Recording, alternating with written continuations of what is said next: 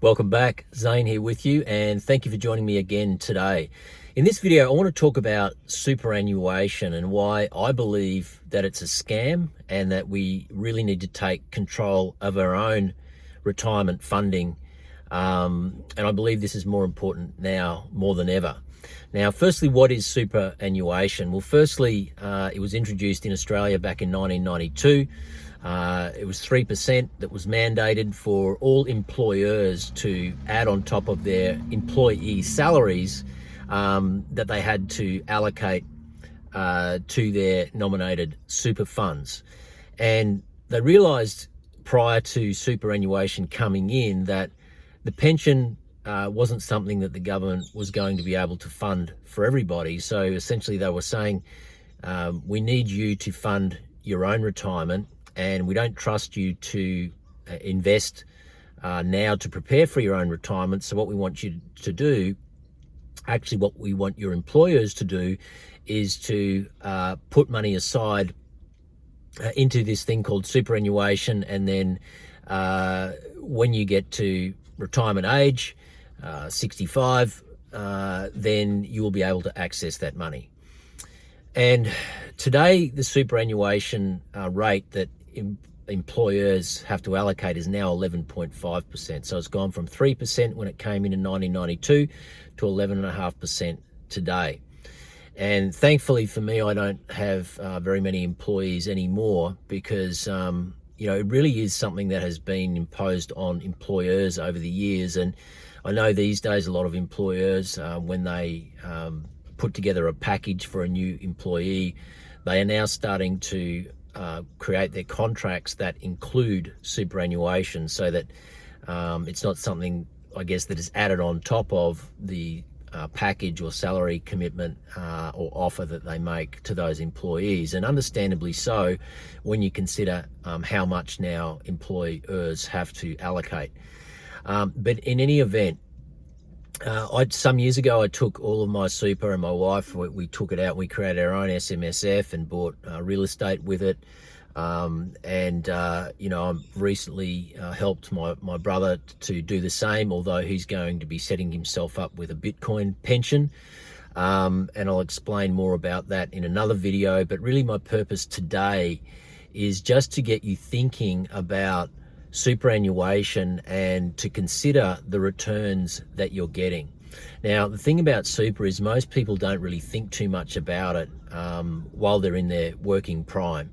It's kind of something that is out of sight, out of mind. It's just being allocated to our fund. We're not really thinking about it day to day because, we're only really looking at the money that's coming into our bank account, our living expenses, anything that we're able to save or invest that's surplus to our cost of living. And then we kind of hope in the back of our mind that one day when we wish to retire, that little nest egg called super is going to be there, and it's going to be enough to sustain us comfortably for the rest of our life. But you and I both know that the chances of superannuation being sufficient to actually take care of us in our retirement is virtually zero.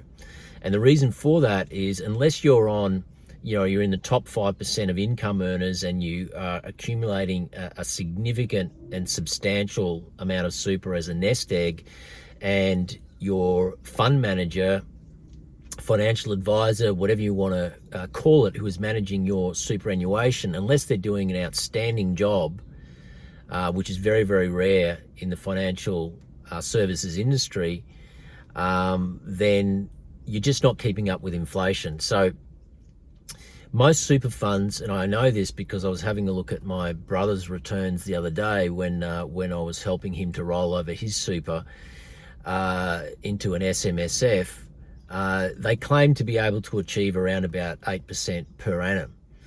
My brother's was achieving after fees around about 6%. Now, there was a time when 5, 6, 8% was considered a really good return, but not anymore. And the reason for that is because it doesn't even cover what is known as the hurdle rate.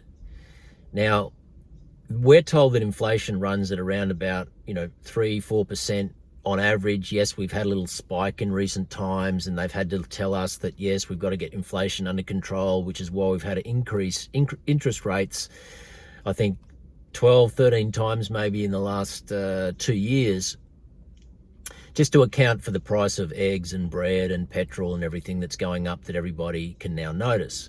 So we've had to bring that down under control.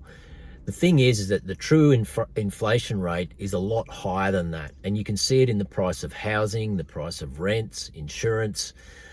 If the government's telling you that the inflation rate is 4%, 5%, you know that that's absolute bullshit, because you've only got to look at how much your rent has increased in the last 4 years, how much your insurance has gone up for your car or your property or your travel insurance, or whatever it might be. If you look at the premiums you were paying back then and paying now, you'll see that it's a hell of a lot more than 5%.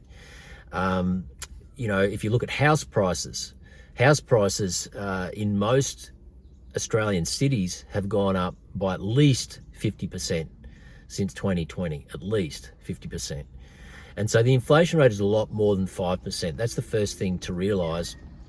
So if it was 5% and your fund manager was returning you 8%, then you could probably sleep at night knowing that, okay, well, at 5%, if I'm getting 8% compounding a year on my money, then it stands to reason that, I'm beating the rate of inflation, and so I'm, doing a little bit better than maintaining my purchasing power.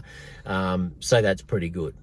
The problem is that what we also have to take into account is what's known as M2, which is monetary expansion or currency debasement. So this is the rate at which your purchasing power is being diluted. And this is an area now we have to be extra conscious of, because since 2020, governments and central banks around the world have been going on what's known as a printing party.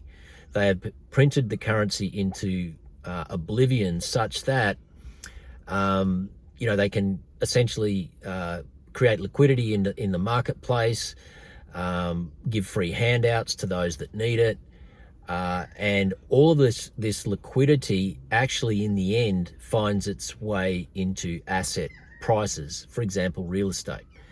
And so whilst general goods and services have been going up moderately, hard assets have been going through the roof. And so unless you're in hard assets, you're actually being left behind. In fact, you're gradually being impoverished and set up for a system of enslavement, because you're never going to get out of the cost of living trap, even when you retire.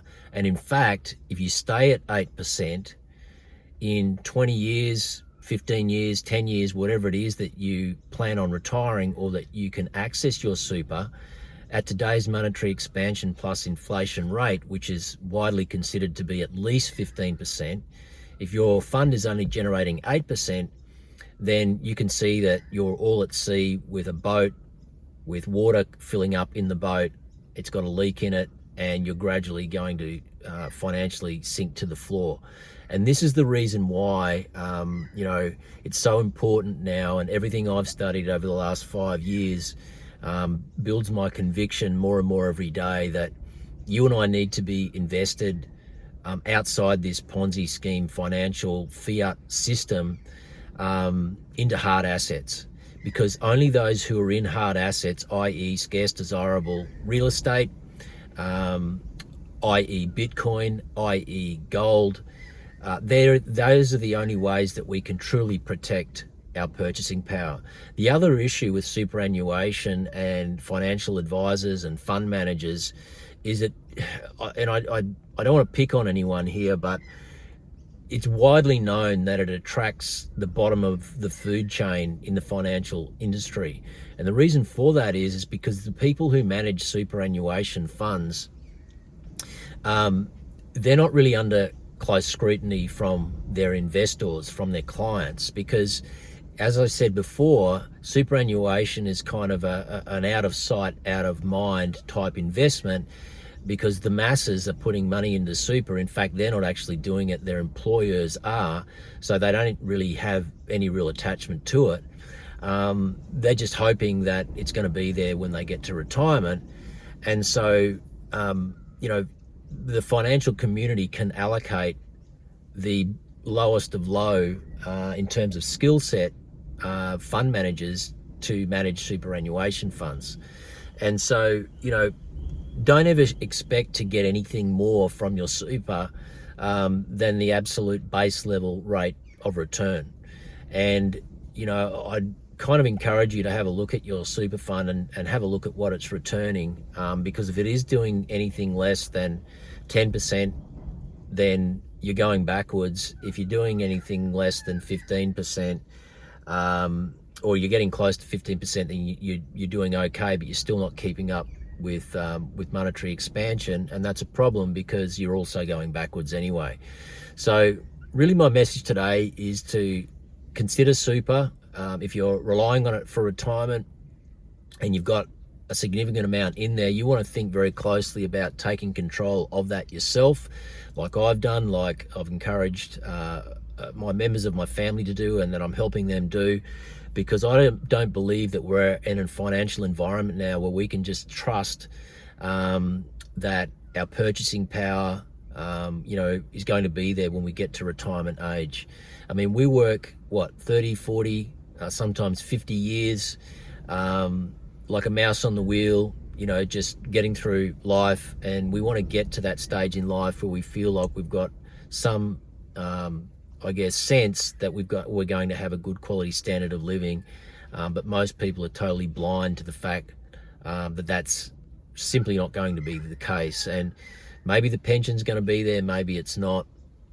I certainly wouldn't be relying on it, but there is one life-raft, and that is Bitcoin, because it has not only been the best performing asset by far against any asset class, including real estate, over the last 12 to 14 years since its inception, but it's also money that you can control. It's financial sovereignty. It is incorruptible money, fixed supply. There is only 21 million Bitcoin, 100 million Satoshis per Bitcoin. So when Bitcoin gets to $1 million, one Satoshi is going to be worth 1 cent or 1 penny. And I would anticipate that we're going to be there. Well, it's not me predicting it. Big financial corporations in America who are now hoarding Bitcoin for themselves and for their fund managers to sell to their clients. The general consensus is we're going to be to $1 million US by 2030. And I believe that if history is any indication, then we're going to be there well before then. But let's wait and see. But in any event, when you look at the numbers and you consider the situation with superannuation or a 401k in America, you really need to be thinking very seriously about taking control of that yourself, because these people, unfortunately, they're in a dying system that is not keeping up with inflation, and that's a problem. Anyway, that's my message today. I hope you got something from that. Leave a comment below. You might agree, you might disagree, you want to challenge what I'm saying. That's fine. I'm not here to convince you, but I certainly believe that now more than ever in this hyperinflationary environment we're in, unless you're absolutely asset rich right now, and that's the way you're going to be between now and retirement, then this is a message you should be paying attention to and really considering your position, unless you want to be working until the day you die. Thanks for listening. Please like, subscribe if you haven't already. Leave me a comment if you like, and I look forward to talking with you really, really soon. This is Zane signing out. Have a great day.